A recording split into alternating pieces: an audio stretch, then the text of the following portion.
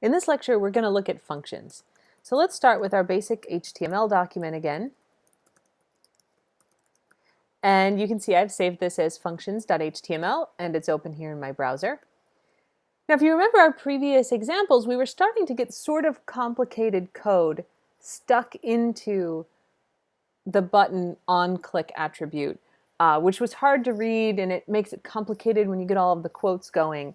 And so what we're going to do with functions is see how we can take blocks of code, put them someplace else, and then use just one single term to refer to them. So let's start by making a form. And we'll have input, type equals text, name equals age, just like we had before, and input type equals button. Value, that's the text on the button, and end our form. Okay, so in our last example, our onClick had a whole bunch of code in between the quotes, which was kind of a pain. So let's do the same example that we did before. So we'll title this, How Long Until I'm 100? But instead of putting all of the code in the onClick, we're going to separate it out. So to do that, let's go into the head section of the HTML document. And within there, we're going to add the script tag and the end script tag. Having a hard time typing that today.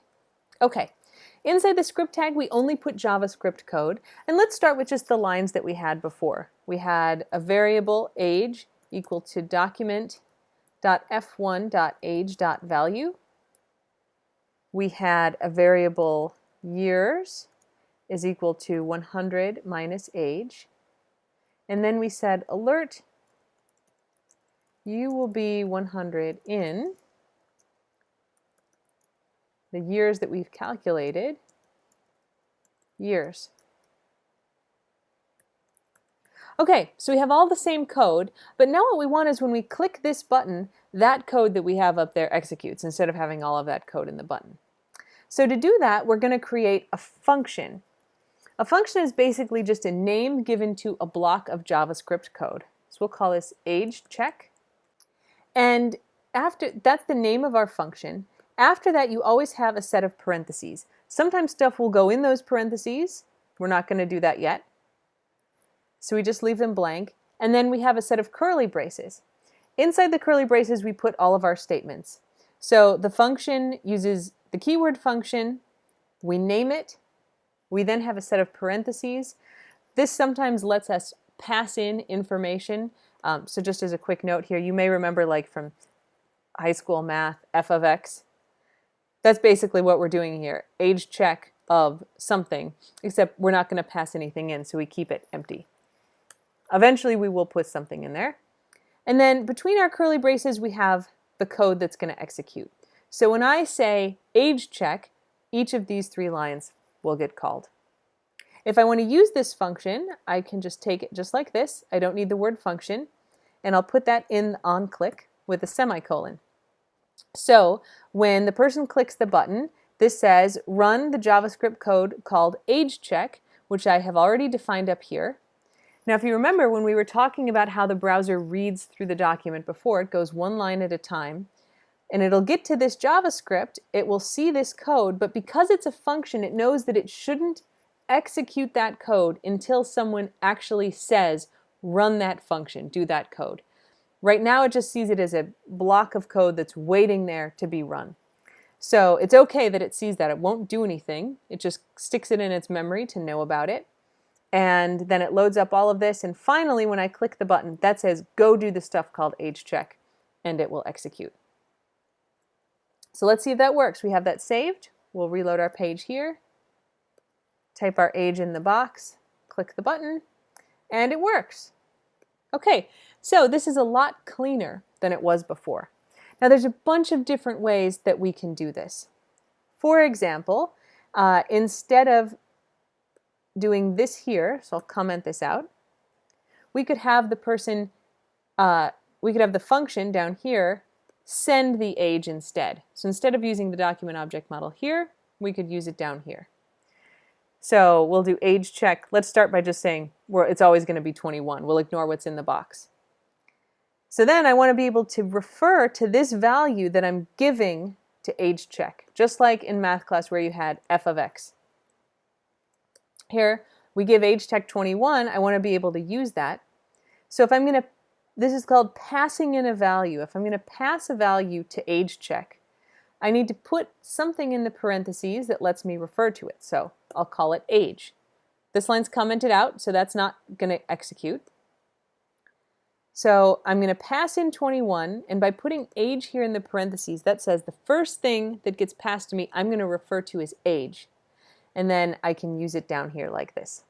So let's check and see if that works. Let's actually make this 50, just so we can see that it's going. So we'll reload our page, click the button, and it says you'll be 150 years because we passed it the value 50. Now instead of just putting 50 in there, we could actually use our document object model and say document.f1.age.value.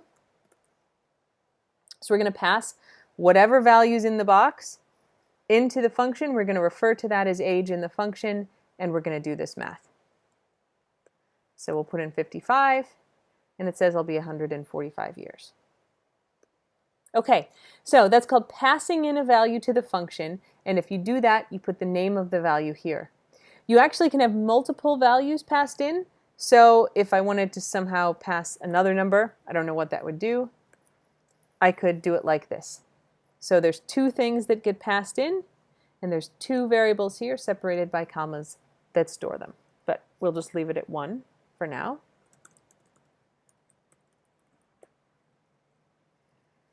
And finally, what we have here is the alert happening in the function. That's totally fine, but maybe we want to do the alert in the onClick and just have the function compute how long it's going to be until I'm 100. So let's comment out that alert. So it's still going to calculate the number of years. But now if I run my code,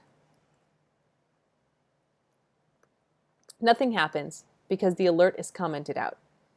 So let's say I'm going to move the alert down here. So we're going to do alert whatever gets computed from age check when we pass it the value. All right, so we're passing in whatever the person typed in. We're giving that to age check. Age check's going to make a calculation, and then I want to print out in the alert what its calculation is. Well, age check needs to do something in order to send that value that it calculated back to whatever called it. Essentially, age check will get replaced with the value that it calculates. The issue is it can calculate a lot of things. Just because it's calculating years doesn't mean years is what's going to come back, because I could also say variable z equals 5. Which one would get used in the alert? We don't know. So there's a special command that you use to say wherever age check was called, replace it with this value, and that's return. This can only be one value, and it's what you send back in place of the function. So we're going to return years. So what happens here is that when I click the button, we're going to alert whatever I get from age check when I pass it this value. So first, the computer is going to look at this part, document.f1.age.value. It'll get that value out of the form field, and this gets replaced with whatever that value is. So say it's 65. Next, the computer says, okay, I'm going to call age check on the value 65. So 65 gets passed in here. Age will store that value 65. And then years gets set equal to 100 minus 65, which is 35. We're going to return 35. And what that return does is here, the computer says, okay, this whole statement gets replaced with whatever age check returned. In this case, it'll be 35, and then I'm going to alert 35. And this makes perfect sense to us. So we've just stretched it out into a couple steps. So if I save this, I reload, let's say 72, everything works fine. Now, we looked at 3 different options here, right? First, we had everything happening in age check, then we separated out pulling the value from the form, then we separated out the alert. None of these is better than the other. It would be perfectly fine to do it any of these ways. Any combination works. What I wanted to do was show you different ways that this could happen. I actually tend not to use arguments to the function very much, and I tend not to return very much. I kind of just stick all my code into a function and have everything happen there. But it doesn't matter how you do it. You should do whatever you like best, but I wanted to make sure that you saw passing in values to the function and doing return. We'll use lots of functions throughout the rest of the term, so this is just your first introduction to how they work.